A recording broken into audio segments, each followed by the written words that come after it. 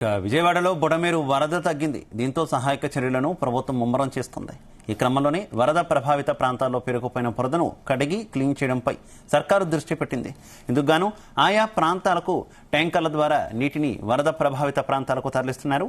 కాగా ప్రతి ఇంటిని శుభ్రపరుస్తామని సీఎం చంద్రబాబు ఇప్పటికే వరద ప్రాంతాల్లో పర్యటన సందర్భంగా తెలిపారు.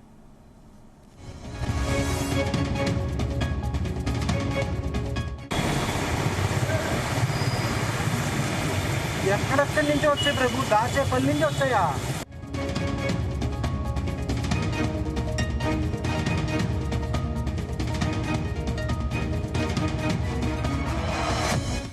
ఇదే విషయానికి సంబంధించి మరింత సమాచారం మా కరెస్పాండెంట్ నాగేశ్వరరావు అందిస్తారు. నాగేశ్వరరావు, ఆంధ్రప్రదేశ్ లోని విపత్తు సంభవించిన నేపథ్యంలో విజయవాడ రాష్ట్ర రాజధాని ప్రాంతం విజయవాడలో జరుగుతున్న వరద సహాయక చర్యల్లో భాగంగా రాష్ట్ర ముఖ్యమంత్రి చంద్రబాబు నాయుడు తనదైన శైలిలో తనదైన మార్కుగా ప్రతి ఇంటిని కూడా శుభ్రపరిచి ప్రతి లైన్ను కూడా అతను శుభ్రపరిచి ఇస్తానని ఇచ్చిన మాట పట్ల విజయవాడ ప్రజలు ఆశాభావం వ్యక్తం చేశారు, హర్షం వ్యక్తం చేశారు, ఆనందపడుతున్న పరిస్థితి అయితే ఉంది. ముఖ్యంగా ఏదైతే వరద ప్రాంతంలో మొత్తం కూడా వరద ముంపునకు గురైన ప్రతి కాలనీ ప్రతి ఇంటిని కూడా చంద్రబాబు నాయుడు శుభ్రపరిచి మరీ ఇస్తానని చెప్పడంతో విజయవాడ నగరవాసుల ఆనందం అంతా ఇంత కాదు. ముఖ్యంగా వరద వచ్చే వెళ్లిన నేపథ్యంలో కూడా కుళాయిలు మొత్తం కూడా ఆగిపోయిన పరిస్థితి ఉంటది, కరెంటు మొత్తం కూడా ఆగిపోయిన పరిస్థితి ఉంది. ఎవరి ఇంట్లో ఎక్కడ కరెంట్ ఆన్ చేస్తే ఏ మీటర్ పేలిపోతుందని భయాందోళనకు గురవుతున్న నేపథ్యంలో నీరు అనేది ప్రధానమైనదని చెప్పుకోవచ్చు. ముఖ్యంగా ఇంట్లో ఉన్న ప్రతి ఒక్క వస్తువు, మంచం, కుర్చీ కాడి నుంచి ఆ వంట సామాన్లు దాకా ప్రతి ఒక్కటి కూడా బురదమయం అయి ఉంటది, బురదతో నిండి ఉంటది. ఈ నేపథ్యంలో ఇంటిని కడుక్కోవాలన్నా, ఇంటిని శుభ్రం చేయాలన్నా ఆ ఇంటి ముందు ప్రధానంగా ఆ రోడ్డు శుభ్రపరిచి ఉండాలి. రోడ్డు శుభ్రపరిచిన తర్వాత ఆ ఇల్లు శుభ్రపరిచి ఉండాలి. ఈ రెండింటిని కూడా శుభ్రం చేస్తానని చంద్రబాబు నాయుడు మాట ఇవ్వడంతో విజయవాడ నగరవాసులు కూడా హర్షం వ్యక్తం చేస్తున్నారు. దీనికి సంబంధించి కూడా ఎలా చేస్తారు అనే దానికి కూడా ఊహాగానాలకు తెరదించుతూ చంద్రబాబు నాయుడు నిన్న ఏదైతే గుంటూరు, కృష్ణా జిల్లాల మొత్తంగా ఉన్న ఫైర్ ఇంజన్లు మొత్తం కూడా విజయవాడ తెప్పించారు. అలాగే నీటి ట్యాంకర్లు మొత్తం కూడా విజయవాడ తెప్పించారు. నేటి ఉదయం నుంచి కూడా వరుస పెట్టి ఎక్కడైతే వరద ప్రభావిత ప్రాంతాలు ఉన్నాయో వాటన్నింటిని కూడా నీటితో చుట్టుముట్టారని చెప్పుకోవచ్చు. నీటితో శుభ్రపరిచే కార్యక్రమాలు మొదలు పెట్టినారని చెప్పుకోవచ్చు.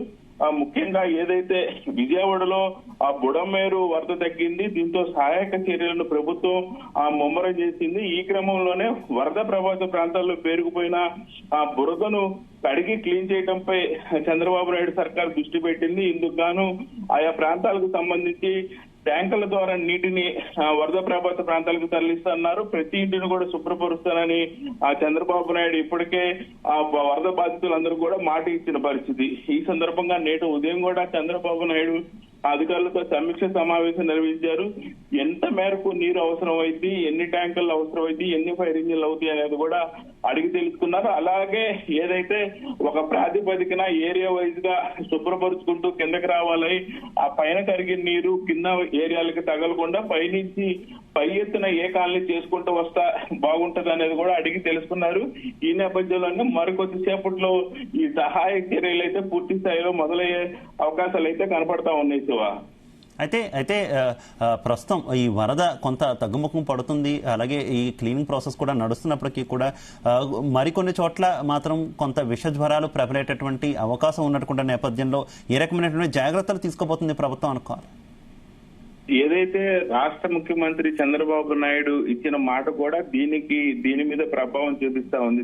ప్రధానంగా ఆయన ఆ ఇల్లు శుభ్రపరుస్తాను, అలాగే ఆ రోడ్లు శుభ్రపరుస్తానని ఇచ్చిన మాట కూడా ప్రధానంగా కూడా ఈ విష జ్వరాలు గాని అలాగే మలేరియా గాని కలరా గాని ఇలాంటి వ్యాధులన్నీ కూడా ప్రబలే అవకాశం ఉన్న నేపథ్యంలో రాష్ట్ర రాజధాని ప్రాంతం విజయవాడ నడిబొట్టు, అలాగే municipal greater Vijayawada municipal corporation అయిన సందర్భి కూడా చీమ చిట్టుకుమన్న రాష్ట్రం అంతా కూడా తెలిసిపోయే పరిస్థితి ఉంటుంది. ఈ నేపథ్యంలోనే గతంలో కూడా విశాఖపట్నంలో వచ్చిన విపత్తు నుంచి పక్కకి తప్పించడానికి చంద్రబాబు నాయుడు స్వయంగా దగ్గరుండి పనిచేసిన పరిస్థితి. అలాగే నేడు కూడా విజయవాడలో విపత్తు వచ్చిన కానీ చంద్రబాబు నాయుడు నేటికి కూడా ఇంటికి వెళ్ళని పరిస్థితి. ప్రతి ఇల్లు కూడా శుభ్రమైన తర్వాతే తన ఇంటికి వెళ్తానని ప్రజలకు మాట ఇచ్చిన పరిస్థితి. ఈ నేపథ్యంలోనే ఇళ్లను మొత్తం కూడా శుభ్ర శుభ్రపరిచి రోడ్లను శుభ్రపరుస్తానంటుంది కూడా ప్రధానంగా ఈ వ్యాధులు ప్రబలకుండానే ఆయన జాగ్రత్తలు తీసుకుంటున్నాడు. ఈ నేపథ్యంలోనే ప్రతి ఇంటి ముందు కూడా ప్రతి ఒక్క లైన్ లో మెడికల్ క్యాంపు పెడుతున్నారు. ప్రతి ఇంటి ముందు శుభ్రం చేసి బ్లీచింగ్ చల్లుతున్నారు. అలాగే యాంటీబయాటిక్ సంబంధించిన ఆ కాలువల్లో ప్రధానంగా ట్యాంకుల ద్వారా నీటిని కూడా కొట్టిస్తున్న పరిస్థితి అయితే ఉంది.